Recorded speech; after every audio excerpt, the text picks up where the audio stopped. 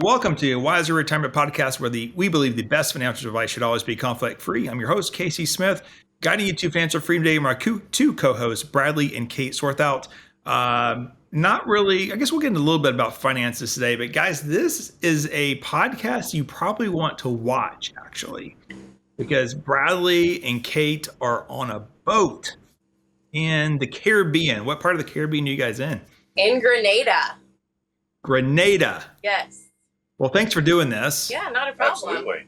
Well, this is a little bit of AT&T on this side, a little bit of Elon Musk Starlink on your side. Exactly. Yeah, without a doubt. And we are video chatting. Again, you can see this on A Wiser Retirement. But we are video chatting with friends, but clients of the firm as well. Yes. So somebody thought this was a great idea to talk about retired life on a boat in the Caribbean. Semi-retired. Yeah. So true. You guys are young. So you're doing all this before the whole thing of I want to retire and sail my boat through the Caribbean. Most people think they're going to do this in their 60s and probably find out that the manual labor is a little harder than they would think, right? Indeed. It's a lot. Yeah. So I know this is very fitting. So our Hadley, but also Rachel, our podcast producer, has designed all new graphics for us, and we wanted to launch all this stuff and some new camera angles in our 250th episode. This is episode 249. Barely. So both episodes are probably the ones you want to be watching on YouTube. Yeah. This one because you guys have a pretty boat background there. Thank you. And Bradley in his Hawaiian shirt. Living the dream. And then the new graphics for the next episode. So let's get started. Let's first of all, what inspired you to live? Now you think catamaran.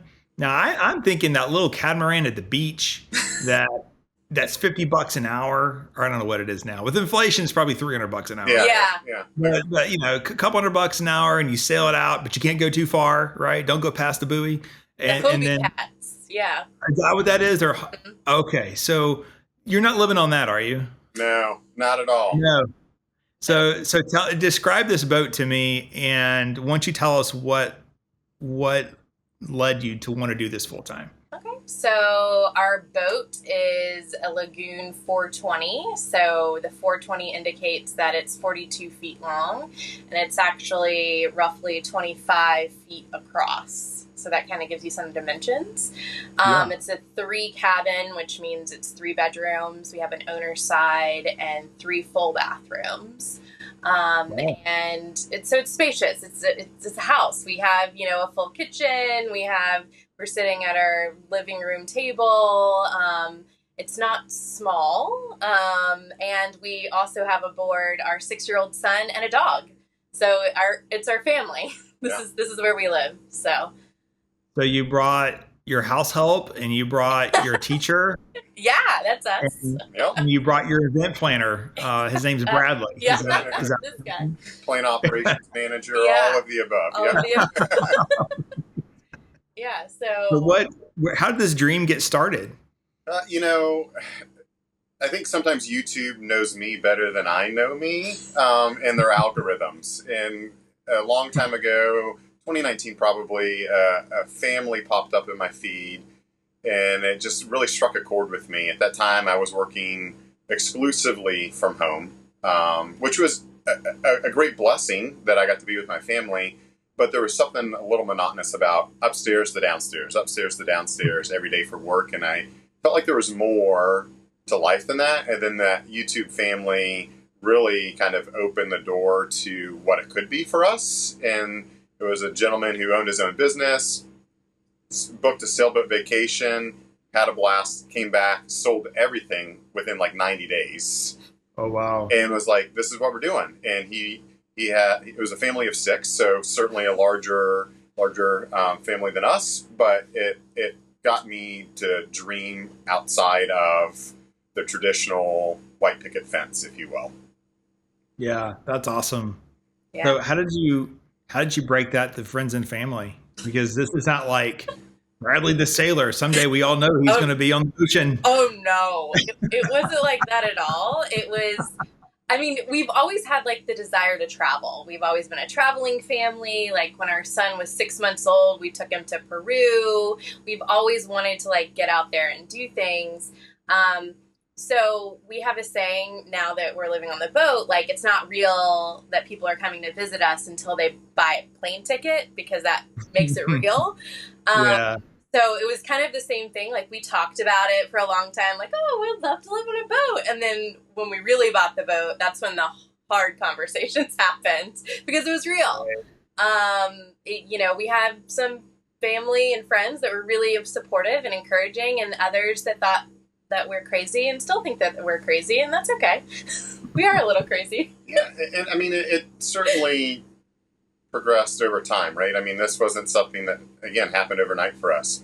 2019 we moved on the boat in October of last year, so call it 4-ish years to get to, quote, unquote, live the dream, and along the way, there was a lot of baby steps we had to take in order to even see if it was a dream we wanted to live, right? You know, you think you do, but then you have to get your toes in the water, and then take the next step. And the whole process was such a steep learning curve, even to today, right? Like, because we didn't grow up sailing. Like, this is zero experience. Yeah.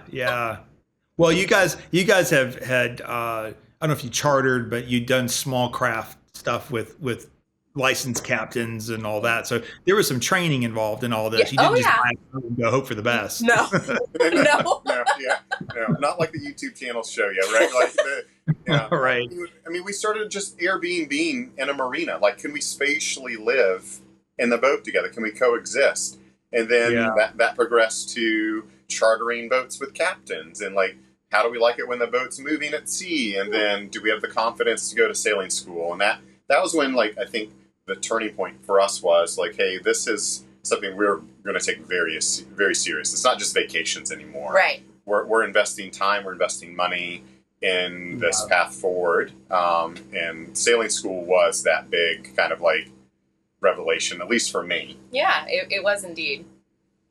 I want to do sailing school too, but for a different reason.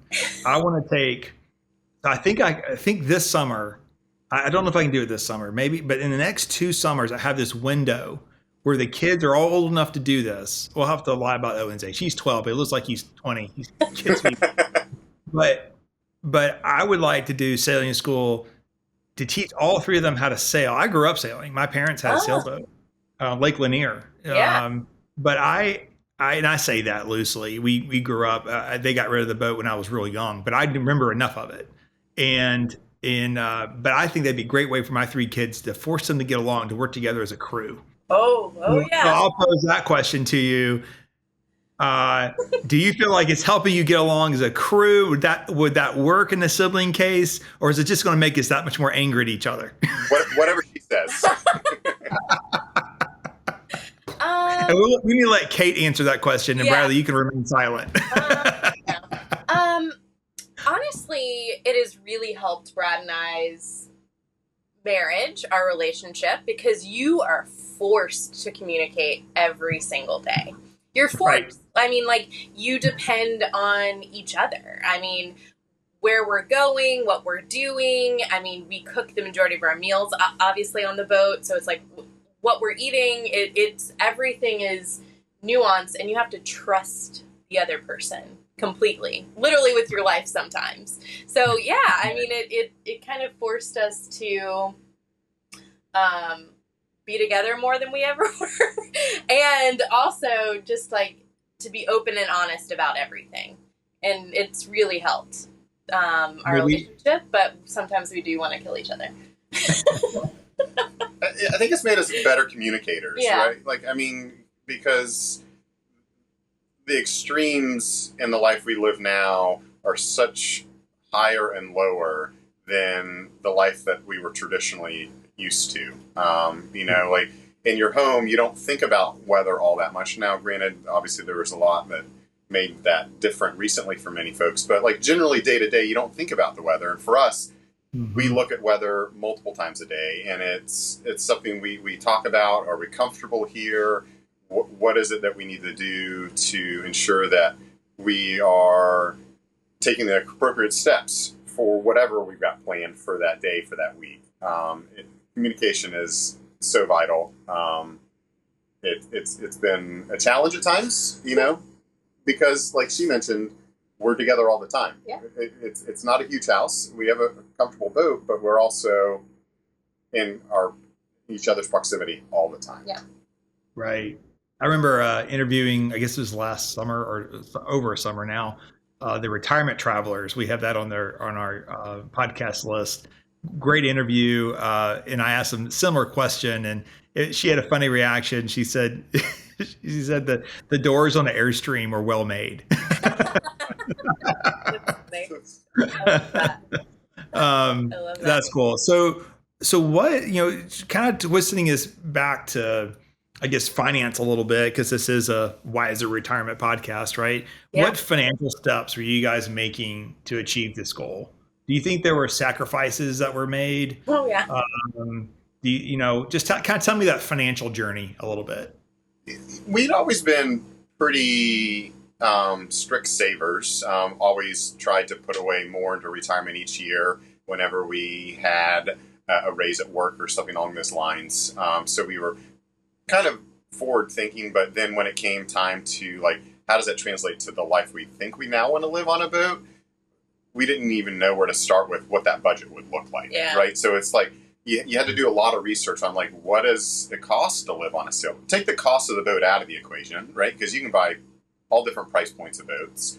We haven't won the lottery, so how do you budget on a boat? Is it any different than budgeting on land?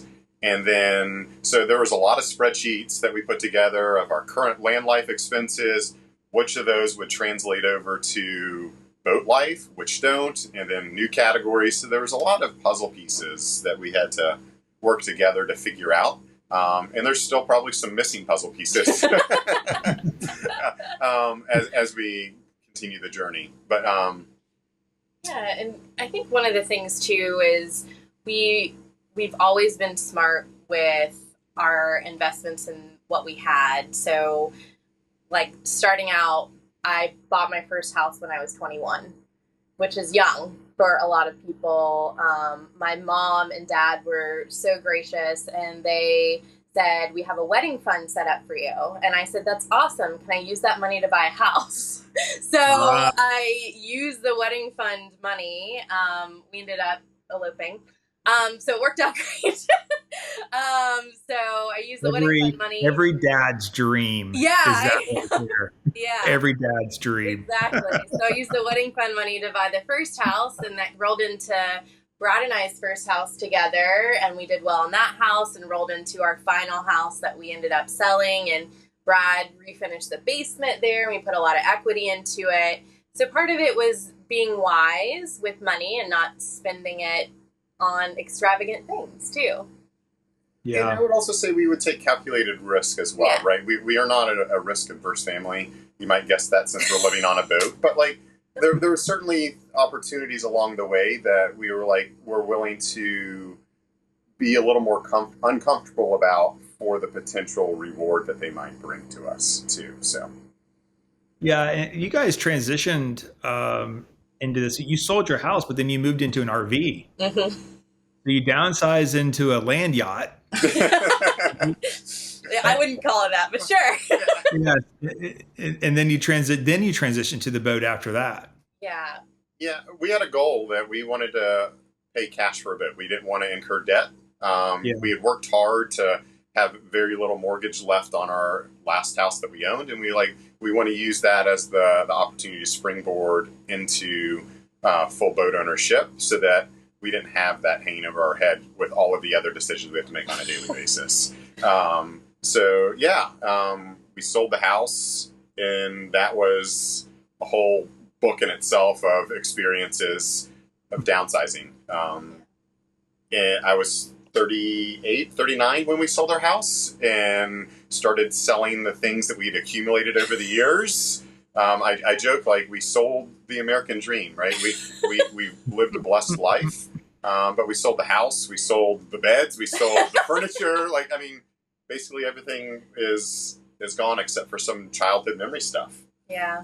Yeah. You still have cars? No. Nope. No, sold the cars. That Yeah. that was honestly one of the hardest parts for me was when we sold our last car. My car was the last to go, and you don't realize how much as an American you depend on your car for so much. I mean, Right. and you're in your car all the time, and it was almost like that was the light bulb moment for me of like, oh my gosh, we're really doing this when we sold our last car. So what were your biggest surprises as you transitioned to the boat?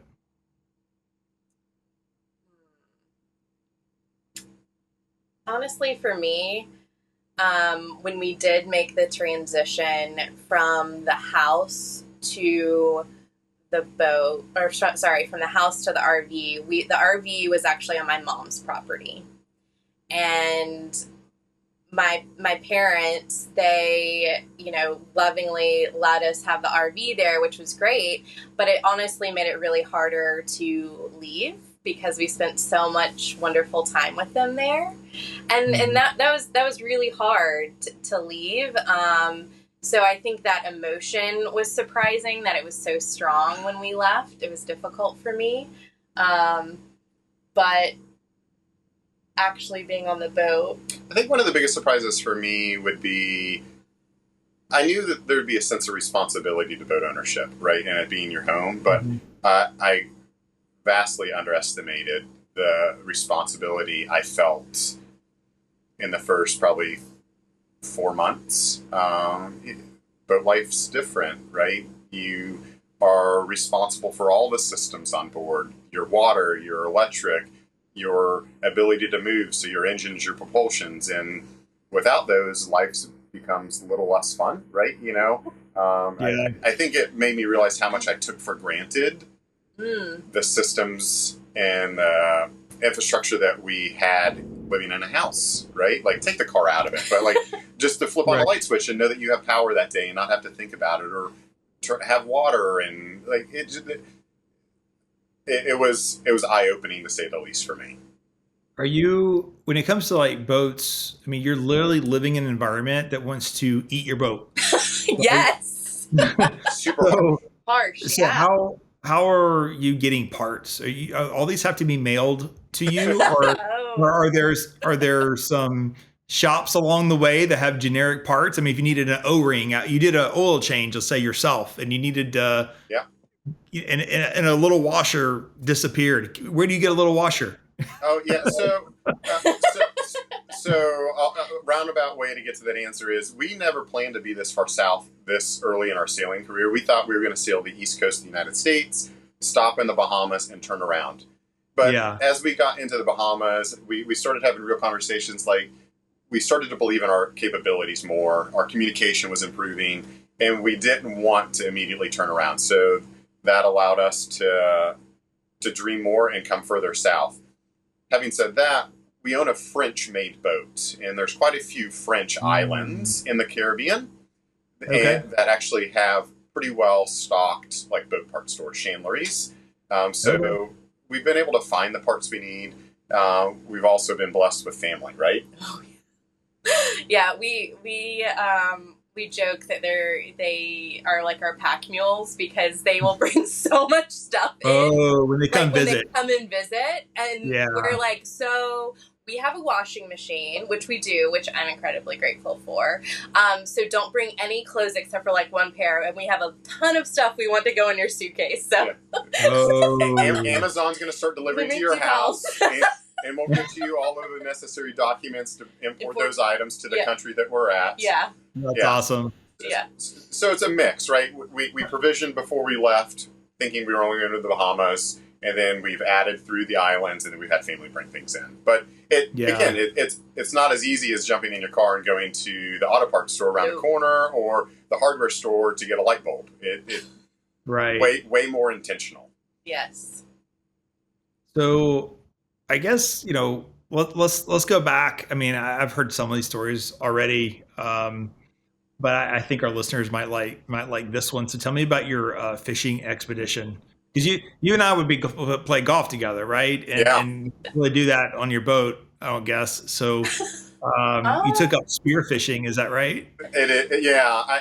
I'm a competitive person, sometimes too competitive, and I still needed an outlet. Golf is tough to do from a boat. The clubs are with me, but they don't get used all that often. So Right. I found the new outlet of free diving and spearfishing, and we were holed up in the southern part of the Bahamas, waiting to cross to Dominican the Republic. Dominican Republic, waiting on a weather window because that's a 35-hour passage. That can be Oh, some wow. really gnarly seas because you're completely open to the east trade winds. And while we're there waiting out the weather, I'm spearfishing, having a pretty good go at it. Got some fish in the boat, whether it's snapper or grouper or something like that. And I'm like, you know what? I'm going to go back in the water, see if I can get something else. And as I get in, I kind of out of the corner of my eye see something larger than normal that I wouldn't typically see. And I look, and it's a shark. And it's not a nurse shark, it's a great white shark. And I'm like, Nice. okay. And it's certainly immediately heart rate goes up, right? Yeah. You think Jaws. Yeah. Worst case scenario, blood in the water. Right. But I'm not terribly close. But sharks are predators. They're smart. And I'm like, you know what? I'm just gonna swim sideways just shortly to see if it even sees me. And as I swim sideways, I see the shark just kind of follow me. And I'm like, okay, that's enough. And here's where I wouldn't say panic, but the blood pressure was rising quickly, and I swam backwards to our dinghy. Yeah. Fortunately, I had a spear pole if I needed it. Nothing. Is he following you at this point? I don't think that spear pole would have helped you a whole lot. I don't know that he was coming closer, but you could tell he was watching, right? Whether he was waiting to see if I was coming towards him or not. It felt like an hour, but it was probably a matter of 60 seconds that this all transpired. As I'm panicking to get back into our dinghy. But yeah, it's like the unexpected happens almost daily in this life, right? You talk about the environments, and that would have booked my one-way ticket home after.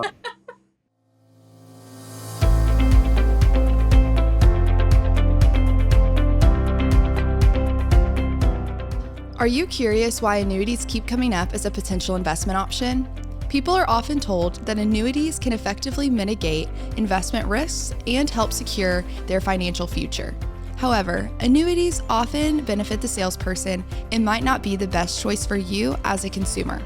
To learn more about the various types of annuities, the negatives of owning them, and better investment alternatives, we have a free ebook on our website just for you. To download our ebook, Buyer Beware, Why Do They Keep Trying to Sell You That Annuity? Simply click the link in the episode notes or visit wiserinvestor.com/guides. Now let's get back to the episode. And then in this whole thing where you were which hurricane were you guys trying to avoid? Which not the one.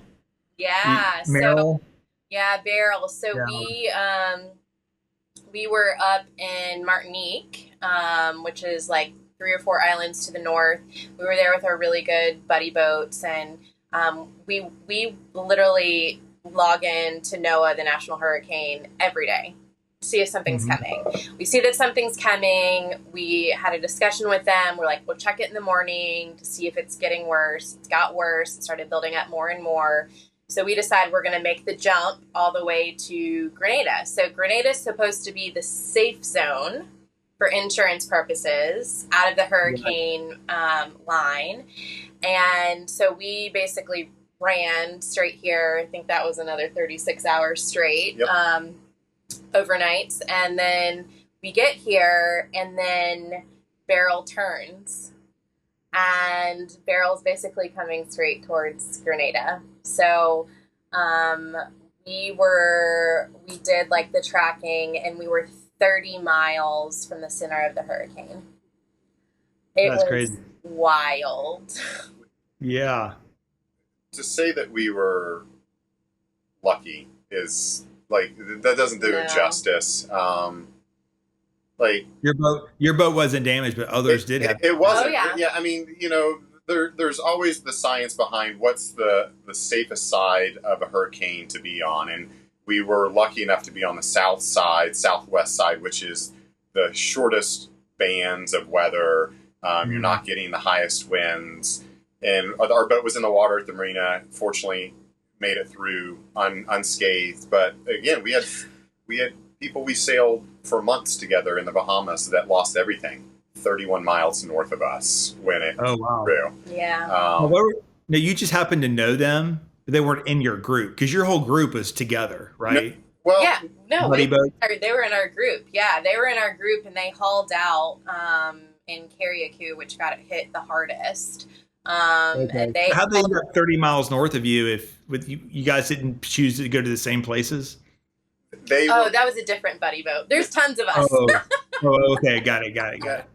Yeah, there's tons of us. This family had decided well in advance Yeah. of Beryl even for me that they were hauling their boat out for a few months and they were going back to the States. So Yeah. literally Okay. the Friday before Beryl, they hauled their boat, strapped it to the ground, and then here comes Beryl. And it's like at that point there's nothing you can do. It's you hope for the best. And Yeah. um, So they probably got hurt worse because they were out of water, if I had to guess. that was ultimately what damaged their boat. Yeah, for sure. Yeah.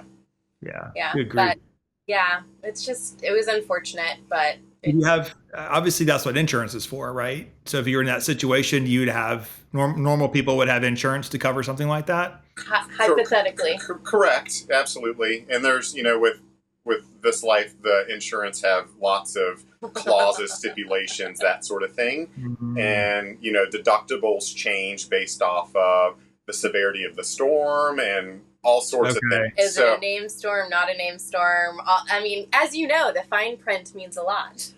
Oh, absolutely, it does. Yeah. Yeah, so your deductible could I've always said that the property casualty agent's job is to sell it to you, and the company's job is never to pay you. Yeah. That's what it feels like sometimes. The fine print is very important. Yes. Yeah, very important. Very important. Good grief. Well, so you move out of the trailer RV, you say goodbye, you move into the Catamaran. You guys were in Hilton Head for a little while, right? Mm-hmm. That's where you started. Correct. And what was the feeling like then? You made it, or oh my gosh, what have I done? Both. Simultaneously. No. Go ahead. It felt great because it was something Yeah. we worked years towards, Yeah. right? And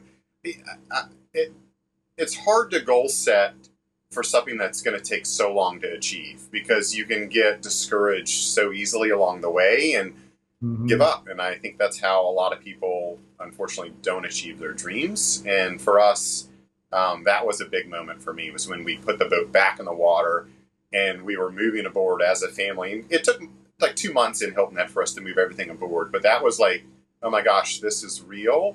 And that opened up a whole nother door of emotions that Yeah. I talked about a little bit earlier, of then feeling the responsibility of the safety of your family and the security of your home and your boat and all of the things that go with it. Yeah, that's cool.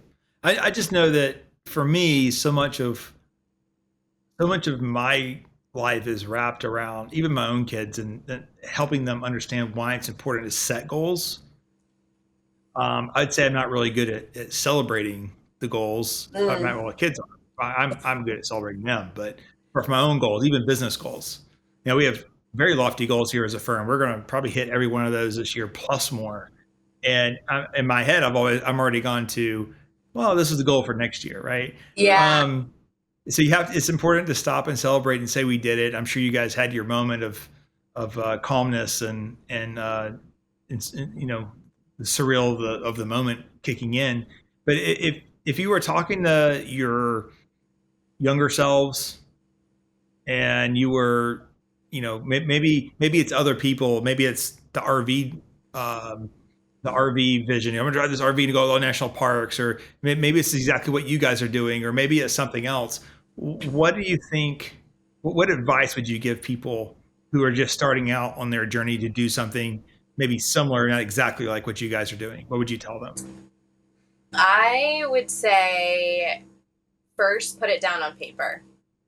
Put your idea down on paper, write out exactly what you want, and take it out of your head is the first thing, because so many people don't do that. And then talk like it is serious, and think about the action steps that you have to take in order to achieve your goal. And you can't be afraid to try. And so many people, unfortunately, were like, you are insane for doing this. And like, why are you doing it now? Like, why don't you wait until your quote unquote retirement age? Wouldn't it be easier if? And the wouldn't it be easier if is one of those things that's where a lot of people get stuck. And we didn't choose this lifestyle because it's easy. I mean, it's not easy. It's not. But what Brad was saying is before, like, the highs are incredibly high.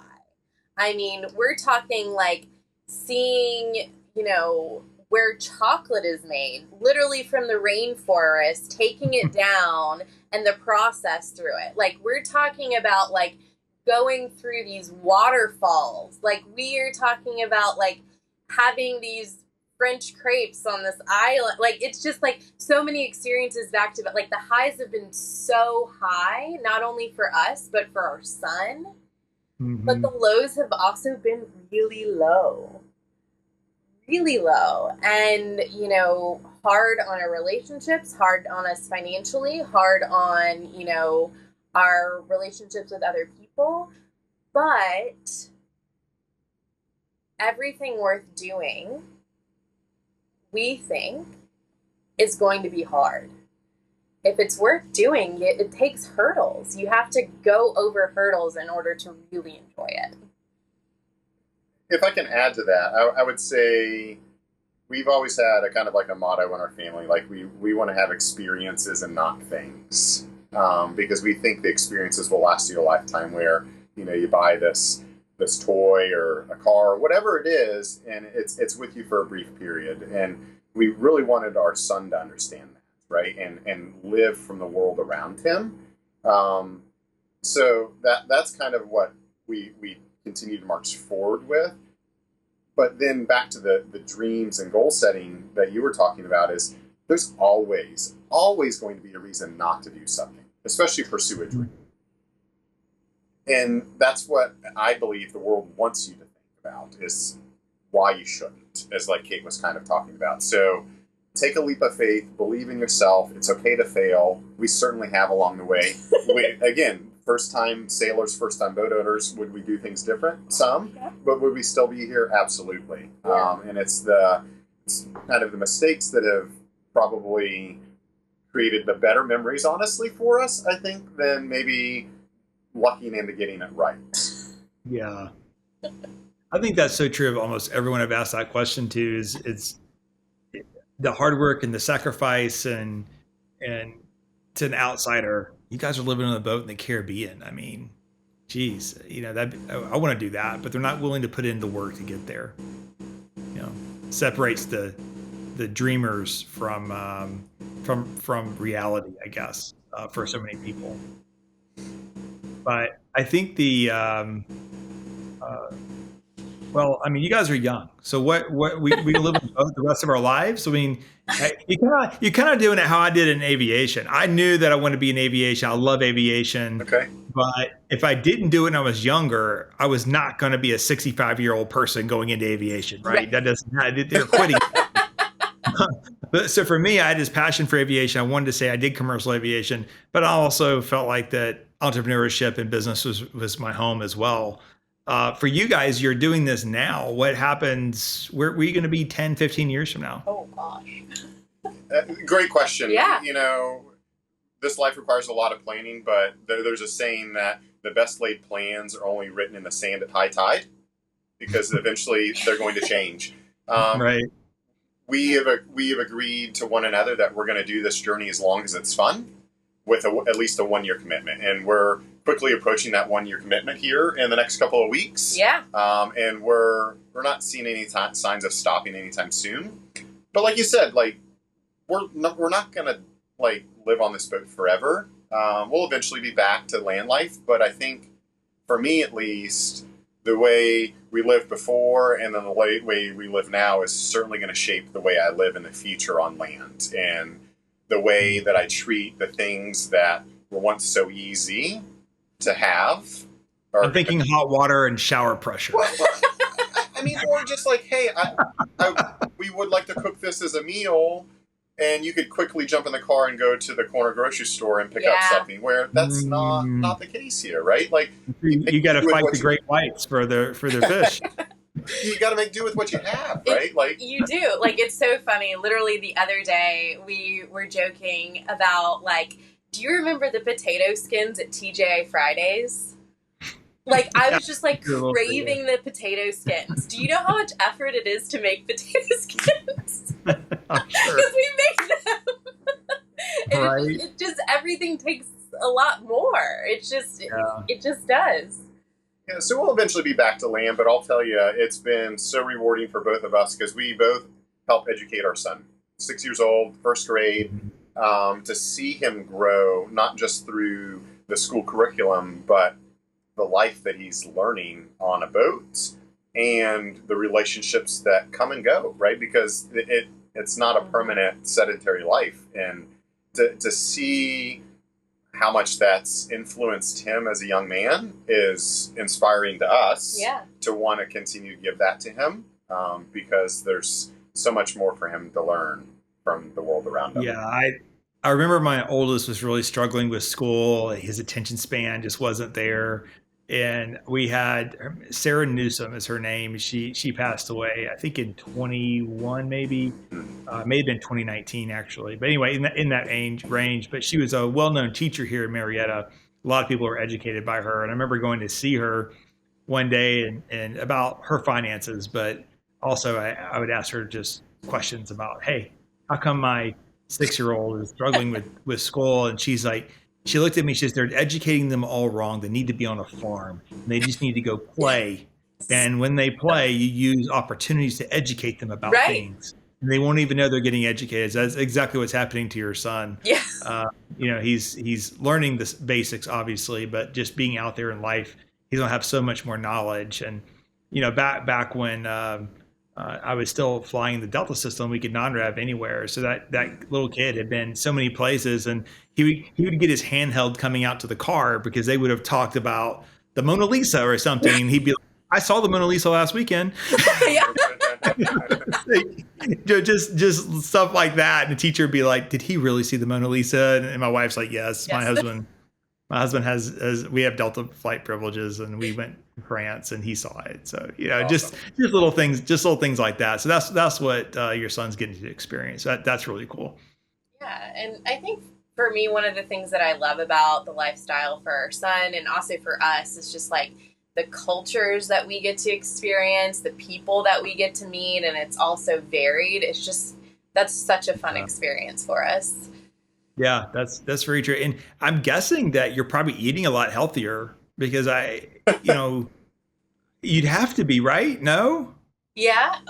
So it's funny. So we love to cook. I've always loved to cook. It's a passion of mine. So every week I make 2 loaves of sourdough bread and focaccia. Our son's favorite food is focaccia bread. But we do that, but we cook 95% of our meals on the boat. Because sometimes there's not anything for us to go out and eat. So it's just the reality of the lifestyle that we have. But when we do go to an island that has something that we want to experience, the food there, I mean, we go all out. So well, I'm sure you do. Yeah. I'm sure you do. I'm just, in my own health journey in the last 3 months, I've realized that the FDA is not doing us any favors here. And you start looking at like Italy and all the fresh food that they have there, and you start realizing that's why those people are healthier, because they don't have big corporations trying to sell you crap for a Oh no. profit. And everything's just natural food. So yeah, totally different lifestyle. It is, right? I mean, you see, we've learned you eat what the locals eat. Yep. Because that's going to be what's fresh, right? Yep. Wherever Yeah. you're at, you're eating what the locals eat. And you see that they don't grocery shop for a full shopping cart of stuff. They're just getting what they need for the next couple of days. Yes. Most of the stuff that they're buying doesn't have preservatives in it, right? Which is going right. back to the health part that you're talking about. And, I mean, as silly as it may sound, like soda with real sugar versus the artificial sugar. I mean, and they not that soda's great for you or sugar's great for you, but right. you can make it better. Right. Very true. Yeah, very true. But we do miss our Chick-fil-A. Oh gosh. Miss it. There's no they don't have the Lord's chicken, and they do not.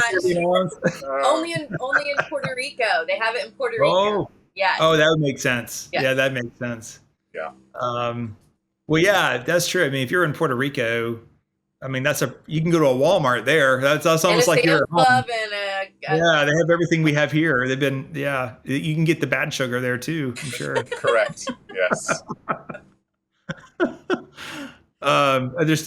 Someone told me that the purple sugar at the when you go to a restaurant, well, when you used to go to restaurants, the purple bags is the equal. It's supposed to cause cancer or something. Then the other color bag causes dementia. So I came up with this thing a long time ago. So I'll take half of each, and I won't know I have cancer. So oh no! Sometimes the developed world is not such a bad thing, right? You just yeah.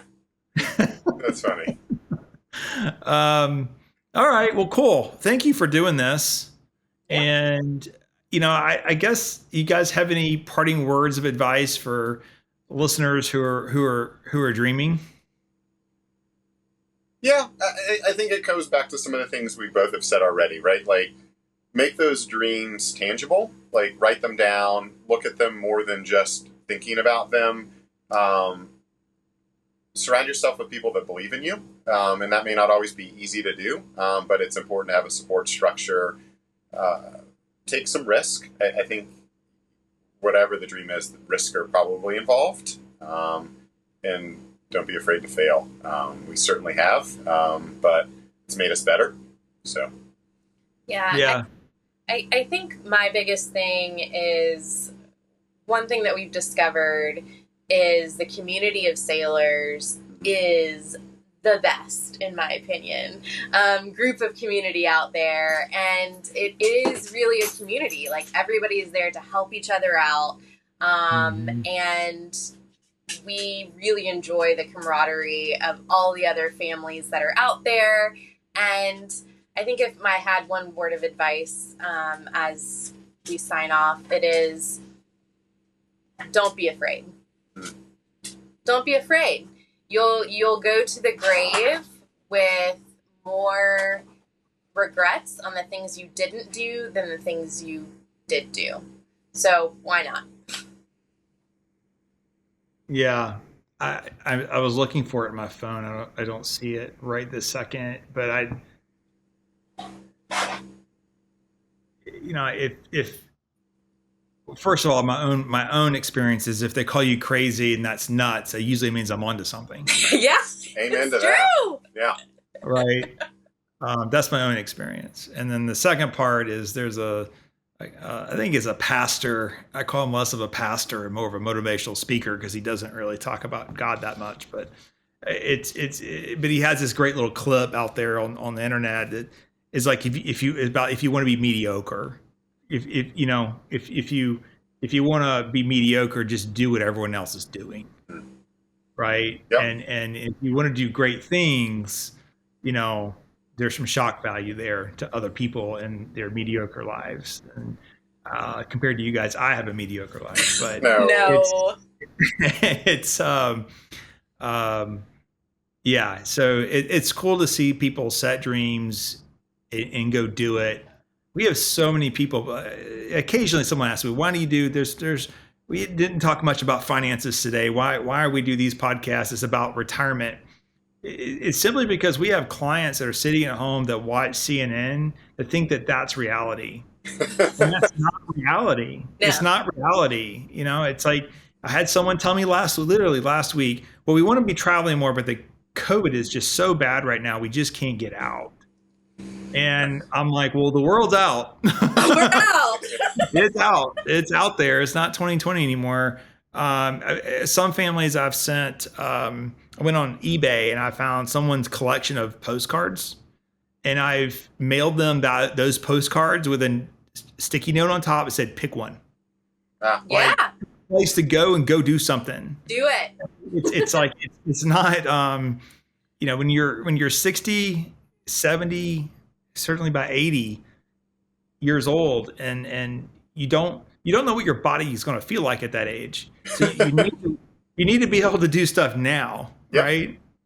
If you want to climb Mount Everest, you're probably not going to do that 65 plus years old, right? If you're going to walk the Appalachian Trail, probably not going to do it in your 70s. I do have one guy who's doing it in sections, and he's older. Wow. But it's you know, you get one life to live and go do it, but you're going to look different. You're not going to have a $2,000 a month car note. You're not going to have maybe necessarily a 5,000+ square foot house. You're not going to have all these different things because your money is be going in other directions. So people might be surprised. My own house is pretty small compared to what other friends of equal income have, but they also don't have 3 horses and all these other things that my kids are involved in, because I'm invested in making sure that they know how to set goals and work to achieve those goals. And you guys are doing the exact same thing. So it just looks different to the world, you know? Yeah. It certainly does. And, you know, I often joke with friends that I believe the American dream is a concept created by corporate America to get employees to be loyal and to stay around for a long time and to almost forget about the dream. I saw a quote somewhere that, like, the salary that you're paid by your corporation is really just to get you to forget about the dream of today. And I think there's some truth to that. And like, I'm not wanting to like make it sound like I'm speaking down to people that have worked in corporate America, because I was there for a long time, 15 years. But I think it's important to get outside of what everybody thinks is normal. And you even talked about that briefly. It's like, if someone says you're crazy, you're probably onto something. Well, I know that's true in personal finance, because every company basically does the exact same thing. Somehow we're very different here. We call ourselves 4%ers. Only 4% of our industry does business this way. And yeah, you're on an island, but sometimes your own island is better than the mainland that everybody else is on. So. Exactly. We're literally on an island now. Just kidding. Yeah, you are. Yeah. So anyway, that's cool. Well, I guess we got to end the episode here. We're reaching our time limit, and I just want to thank you again for doing this. So you guys are we're in the same time zone somehow. Yeah. And you have clear water there? Is there clear water? Yeah. Yep, absolutely. Yep. Clear water in the same time zone as Atlanta that has dirty water. Amazing. A little further south, I guess. So what's the temperature there today? 95? 95. Ask us tomorrow. It's 95. The day before was 95. 95. Oh, is it like Hawaii? Is it like always 80 there? So it's like always 95 there? There's only 2 seasons here. It is dry season and rainy season. We're currently in rainy season. Oh, okay. It is the same. It's the same. Interesting. All right. Well, thanks for listening, everyone. If you'd like to learn more about wiser wealth management and financial planning, so you too could live on a catamaran in the Caribbean, you can do so by going online and following the links to our website.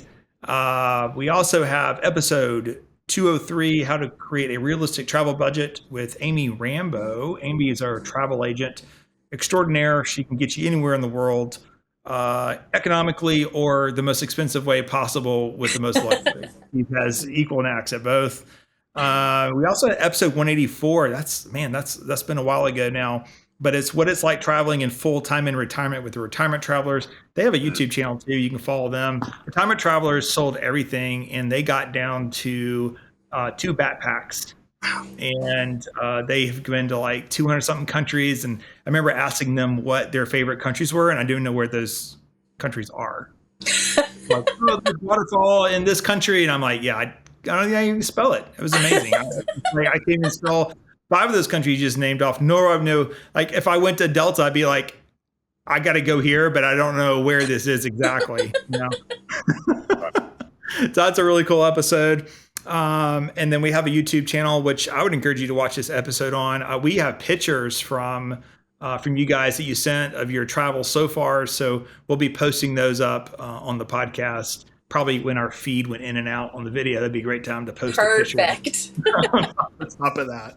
So, all right. Well, smooth sailing. And when you guys, make it back up north, maybe we can play a round of golf there, Bradley. Looking forward to it. Or maybe I just need to come to you. I mean, at some point, some clients do demand that we travel. So you guys haven't figured this one out yet. We're going to demand you come. I am totally going to not bring one pair of clothing, though. So I will have all the clothing I need for my trip. Thank you very much. Okay. We'll just bring a second suitcase. We'll fill it. Yeah. Can you not just have the stuff mailed to your dock? Does it work that way? Not so simple. No. Not so simple. No. Just wait till Elon gets like the satellites that are dropping things. The drone delivery, right? Yeah. Delivery in some island somewhere. That'd be changing. Yeah, that'd be world change. Yeah, think about Amazon, man, on that. Jeez. Yes. All right, guys. Safe travels. We'll see you. Thanks, Casey. Thanks. Bye.